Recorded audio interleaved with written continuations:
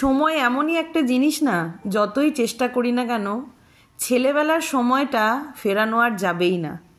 আজকে ঘুম থেকে উঠেই পপিকে বলছিলাম যে চল আমরা চারজনে মিলে ঠিক বিয়ের আগে যেরকম একসাথে বসে সকালে চা খেতাম, আজকে সেটা করব। চেষ্টা অনেকটাই করলাম, হয়তো স্মৃতিটা চারণ হলো, কিন্তু সময়টা কি আর ফেরানো যায় না।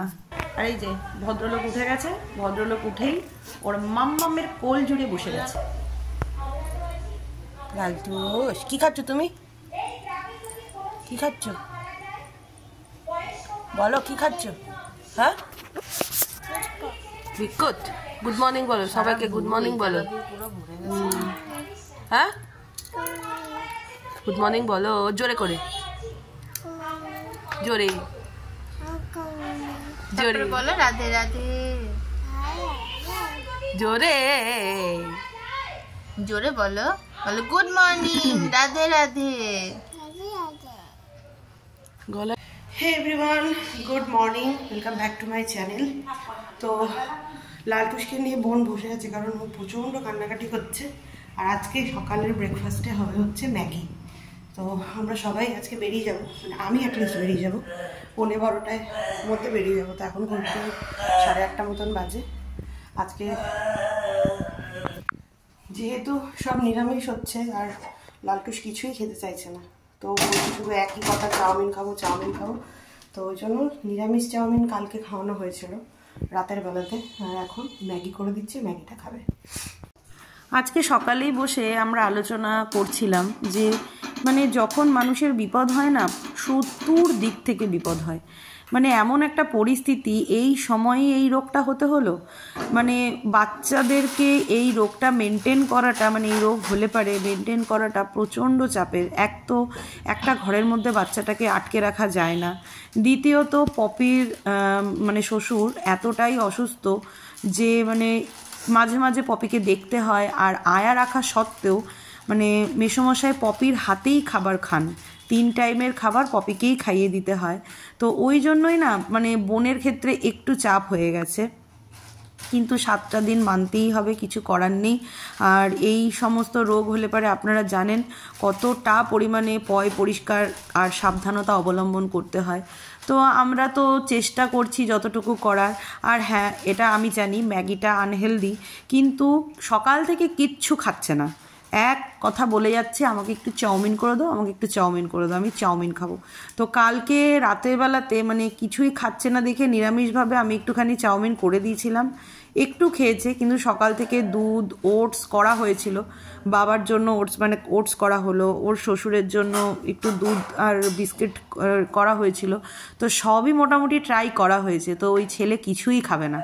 তো সেই জন্য বাধ্যতামূলক আমাদের ম্যাগি করা হচ্ছে, সেখান থেকেই মশলা ছাড়া ওর ম্যাগিটা করে দেবো।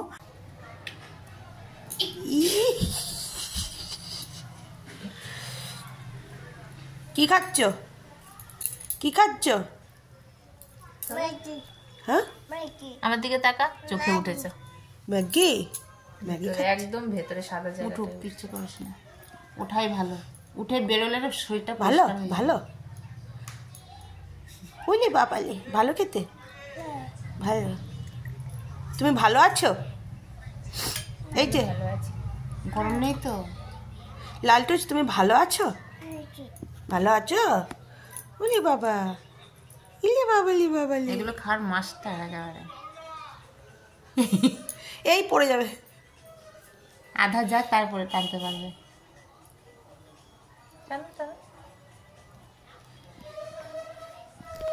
আর ওইদিকে দেখুন কি সুন্দর, মাঝখানে দিলে টেনে যাবে, এর সাইডে দিয়েছিস তো টানতে। আমরা রেডি পুরো এবার বেরোনোর জন্য। মাঝে আর কোনো ব্লগ বানাইনি, অল্প অল্প করে ডাল ভাত খেয়ে বেরোলাম। এই যে লালটুস বাবু, তুমি ভালো থেকো সোনা, টাটা, ভালো থাকিস। চল, সাবধানে যাস, সাবধানে যাও। ও কিন্তু ফোনের দিকে তাকিয়ে বলে যাচ্ছে সাবধানে যাও। এটা তুমি বলো তো হ্যালো, হ্যালো গাইস, বলো হ্যালো গাইস, বলো তো। যাই হোক, তো চলুন এবার বেরোই। ওর আগের থেকে আরো কয়েকটা বেড়েছে, সবে তো সবে তো আজকে হচ্ছে প্রচণ্ড ভিড় ছিল ট্রেনে, ওই জন্য আর ট্রেনে ভিডিও টিডিও কিছুই করিনি। নৈহাটি নেমে গেছি বালিয়া 2:20-তে, আর এখন আপাতত একটু বড় মার দর্শন করে তারপরে ট্রেনে উঠবো। আর এই যে আমার বড় গুপুটাকে নিয়ে এলাম। মার তো হাতের ওই অবস্থা, আর পপিরও এখন একটুখানি চাপ হয়ে গেল লালটুসের জন্য, ওই জন্য ভাবলাম যে ওকে আমার কাছে কয়েকদিন রাখি, তারপরে আবার দিয়ে আসবো। এই হচ্ছে ব্যাপার। ভিড় দেখবেন।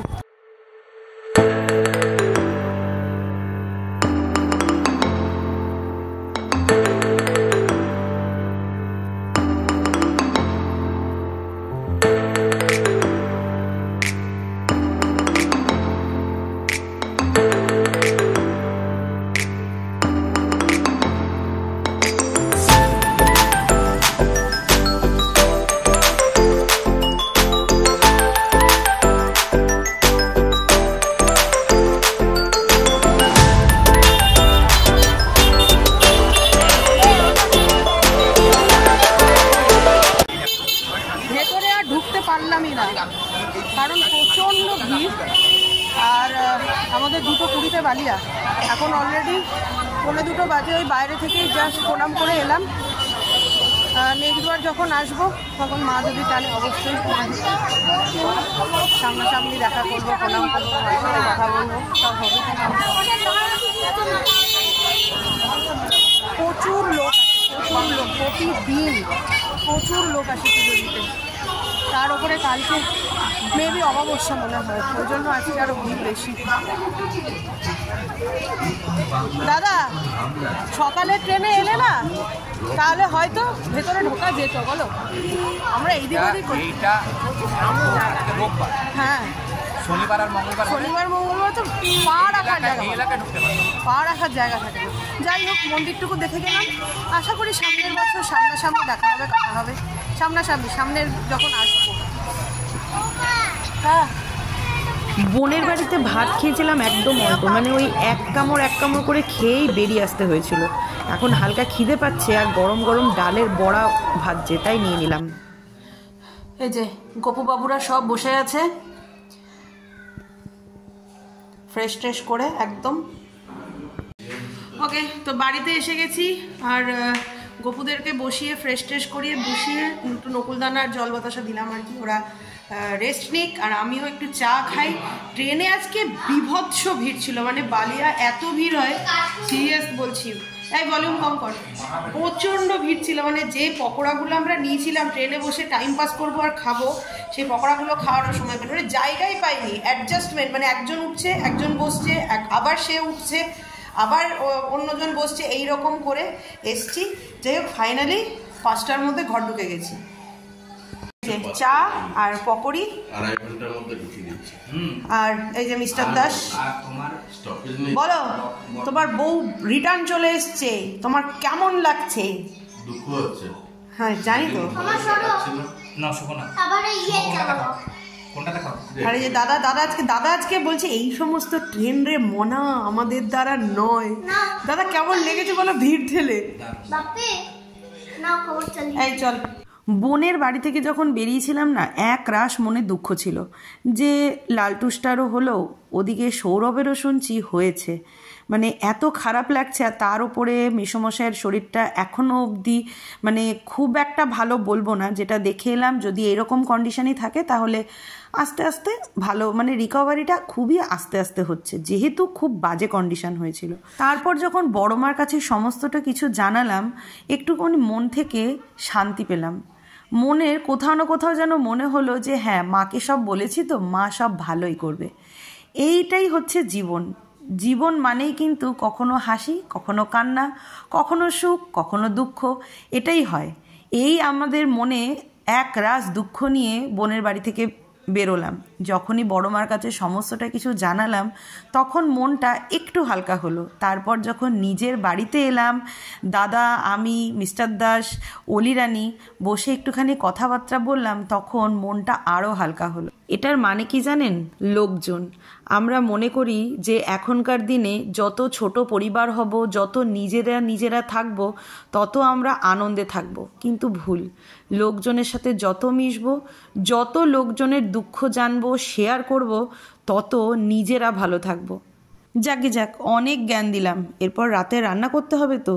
চলুন রাতের রান্নার দিকে এবার এগোই, এরা গল্প করতে থাকুক। ওকে, তো রাতের ডিনারে আজকে বিরিয়ানি নিয়ে আসা হয়েছে আর কি। দাদা ভালোবাসে সেই জন্য, আর আমরাও ভালোবাসি। শুধু দাদা নয়, দাদার নাম আমাদের সবার কাম। মিস্টার দাসেরটা বেড়ে দিয়েছি, এবার ওটা দিয়ে আসবো ওকে। আর এখানে কালকে হঠাৎ মিস্টার দাসের মর্নিং পড়েছে, তো ওই জন্য একটু মাছ নিয়ে এসে দিল।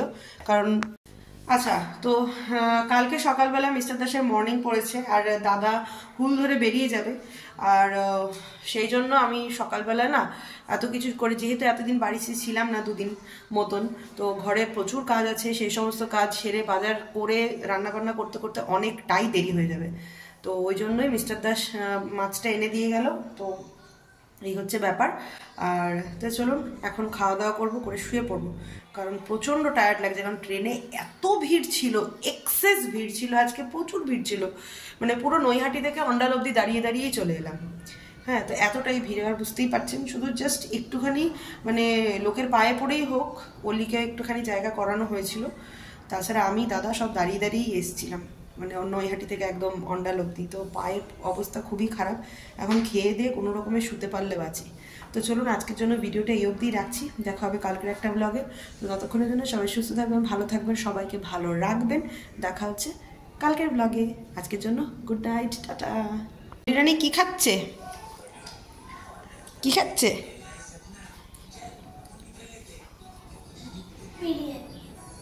বিরিয়ানি। বাবা, দাঁতটা মানে পুরো যতগুলো দাঁত আছে ততগুলো বেরিয়ে যাবে। ভাল লাগছে খেতে? খাও। এদিকে পাতে বিরিয়ানি, ফেভারিট জিনিস, আর ওদিকে ফেভারিট কার্টুন। বিশাল ব্যাপার বল ভদ্রমহিলা, বিশাল ব্যাপার।